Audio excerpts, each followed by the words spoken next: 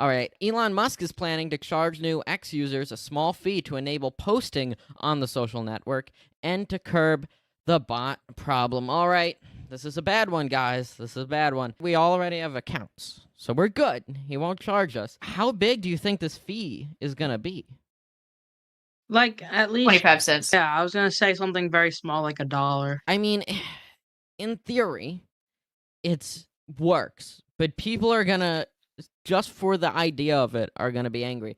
I mean, it works because you can make it a small amount, 5 cents, say, right? Where no one's gonna care to pay it. It's only the inconvenience.